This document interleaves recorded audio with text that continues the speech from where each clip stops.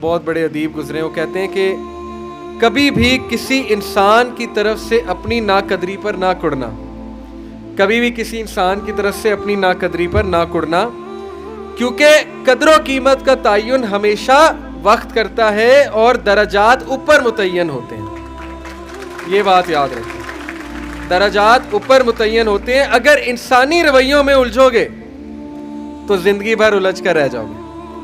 بس عیب اور غیب کے جاننے والے کے ساتھ اپنے معاملات سلجھائے رکھو، ساری الجھنے اور مسائل دور ہو جائیں گے۔ کیا بات ہے، لوگوں کے رویوں میں مت الجھیں، اللہ پہ توکل رکھیں، اس کے ساتھ معاملات سلجھائیں، یقین کریں اس کے ساتھ معاملات سلجھائیں۔ ایک شخص امام غزالی کے پاس آیا، اس نے کہا جی مجھے یہ مسئلہ ہے۔ انہوں نے کہا استغفار کر۔ بڑا حیران ہوا، کہتا ہے میں آپ کو مسئلہ بتا رہا ہوں، آپ کہہ رہے استغفار، کہتے استغفار کر۔ ایک اور مسئلہ لے کر آیا، کہتے استغفار کر۔ ایک اور شخص نے کوئی مسئلہ پریزنٹ کیا محفل میں، کہتے استغفار کر۔ تو بعد میں ایک ان کے دوست سے پوچھا کہ ہر بندے کو استغفار، اس کا مسئلہ اور ہے، اس کا مسئلہ اور ہے، اس کا مسئلہ اور ہے۔ تو کہتے تم نے سورہ نوح نہیں پڑھی؟ حضرت نوح کیا کہتے ہیں اپنی قوم کو کہ استغفار کرو، اللہ اولاد دے گا، اللہ جو ہے وہ مال دے گا، اللہ تعالیٰ رزق دے گا، اللہ تعالیٰ کھیت دے گا، باغات دے گا، بارش برسائے گا۔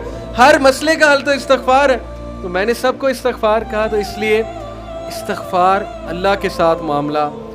لوگ دکھ دیں گے آپ کو، ہمارے نبی سے زیادہ دکھ کس کو دیا لوگوں نے؟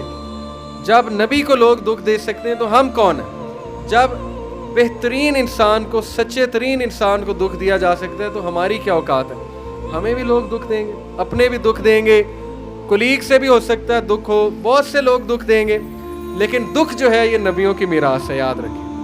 اگر دکھ اور غم بری بات ہوتی تو نبیوں کو کبھی نہ ہوتا، یہ بات یاد رکھیں۔ ہر نبی غم سے گزرا، ہر نبی غم سے گزرا، ہر نبی مشکل سے گزرا۔ اس سے گھبرانا نہیں آپ نے، یہ اللہ درجات بلند کرتا ہے آپ کے۔ ہم سے بڑے گناہ ہوتے ہیں، پھر اللہ تعالیٰ جو ہے وہ ان کا کفارہ یہیں پہ دلوا دیتا ہے مختلف طریقوں سے۔